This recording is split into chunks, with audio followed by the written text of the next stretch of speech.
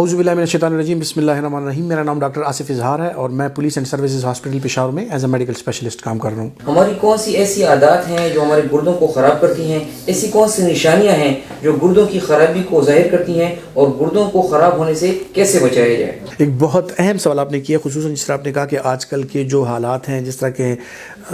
ہمارا life style جس طرح چل رہا ہے، اس میں گردوں کے مسائل جو ہیں وہ زیادہ تر سامنے بھی آ رہے ہیں، لوگوں میں کافی پائے بھی جاتے ہیں، اور لوگوں کو گردے کے مسائل جو ہیں ان سے اب لوگ واقف ہونے لگے ہیں، جو کہ ایک اچھی بات بھی ہے کہ آپ ارلی اگر کسی ڈیزیز کو ڈیٹیکٹ کرتے ہیں، پکڑتے ہیں، تو اس کا علاج کرنا آسان ہو جاتا ہے۔ لیکن کچھ چیزیں جو بنیادی طور پہ آپ کے گردے کے مسائل کو جنم دے سکتی ہیں، ان کا تذکرہ کرنا بہت زیادہ ضروری ہے۔ وہ یہ ہے کہ سب سے پہلے تقریباً یہ ہر بچے کو بھی پتہ ہے کہ گردہ جو ہے اس کی بنیادی صحت ہی بیسڈ کرتی ہے آپ کے پانی کی انٹیک پہ۔ سو اگر فلوئڈ انٹیک اچھا ہے، آپ پانی کا استعمال جو ہے اعتدال کے ساتھ اور اچھا کر رہے ہیں، تو وہ آپ کے گردے کی صحت کے لیے بہت زیادہ ضروری ہے۔ اس کے بعد آتے ہیں کوئی آج کل گردے کے مسائل کیوں عام ہیں؟ تو آج کل گردے کے مسائل اس لیے عام ہیں کہ ہم پانی کی جگہ بھی کاربونیٹڈ ڈرنکس کا استعمال کرتے ہیں۔ ہماری ڈائٹس ایسی ہیں کہ وہ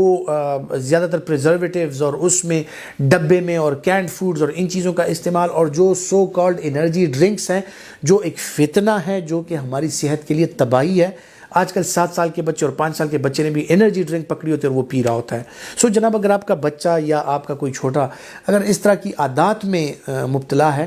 تو آپ کے لیے ایک بری خبر یہ ہے کہ کچھ عرصے بعد اس کو گردے کے، معدے کے اور دل کے جو مسائل ہیں خصوصاً، اور سب سے زیادہ جو متاثر ہونے والی چیز ہے وہ آپ کا جگر ہے، جو ان انرجی ڈرنکس اور ان چیزوں کی نظر ہو جاتا ہے۔ سو خدا را اپنی نسل کو، اپنے بچوں کو ان چیزوں سے بچائیں، ان کو اچھی عادات دیں، ان کو پانی کے استعمال کا مشورہ دیں، صاف پانی ان کو استعمال کرائیں، گھر کی بنی ہوئی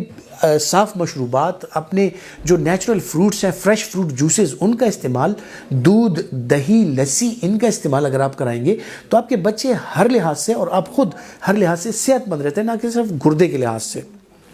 دوسری جو چیز ہے وہ یہ ہے کہ گردے کے جو مسائل ہیں ان میں گردے میں ریت کا آ جانا، گردے میں انفیکشنز کا ہو جانا، گردے میں جو ہے تو پتھری کا آ جانا، جس طرح میں نے ذکر کیا کہ پانی کی کمی اس کی سب سے بنیادی وجہ ہے۔ اس کے بعد جو ہے تو کچھ میٹابولک ایررز ہیں جن کی وجہ سے اب خصوصاً جن لوگوں کا یورک ایسڈ لیول ہائی ہوتا ہے، تو گوشت کا استعمال لوگ زیادہ کرتے ہیں، پروٹینز کا استعمال زیادہ ہوتا ہے، حد سے زیادہ ہو جائے اور اس کے اخراج کا کوئی راستہ نہ ہو، پانی کم ہو، تو یورک ایسڈ بڑھ جاتا ہے۔ یہی یورک ایسڈ آکزیلیٹس کے ساتھ اور مختلف قسم کے کیلشیمز کے ساتھ مل کے آپ کے گردے میں جو ہے تو پتھریاں بنانے کا عمل سٹارٹ ہو جاتا ہے۔ تو اس کی وجہ سے گردے کے یہ مسائل بھی ہو جاتے ہیں۔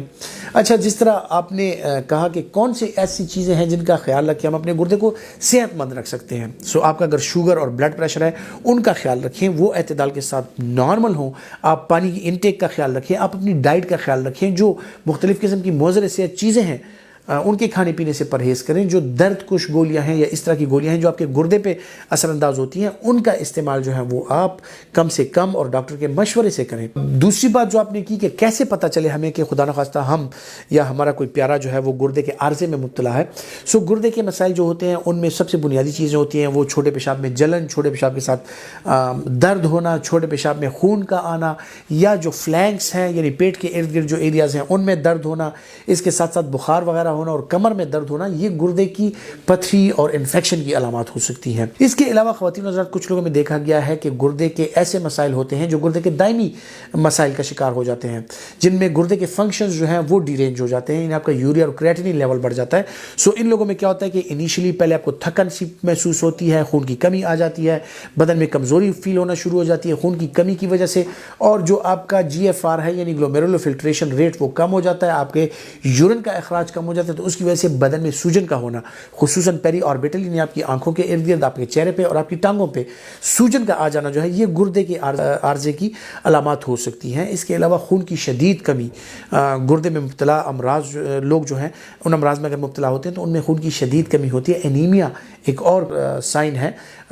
گردے کے مسائل کا، اور اس کے علاوہ جو ہے تو آپ کا شوٹ اپ جو بلڈ پریشر ہے، آپ کا بلڈ پریشر اگر بہت زیادہ ہے، کنٹرول نہیں ہو رہا، آپ کو اپنے گردے کا معائنہ ضرور اپنے ڈاکٹر سے کروا لینا چاہیے، کیونکہ گردے کے امراض میں مبتلا لوگ جو ہوتے ہیں ان کا شوگر اور بلڈ پریشر اکثر بہت مشکل سے کنٹرول ہوتا ہے، خصوصاً بلڈ پریشر۔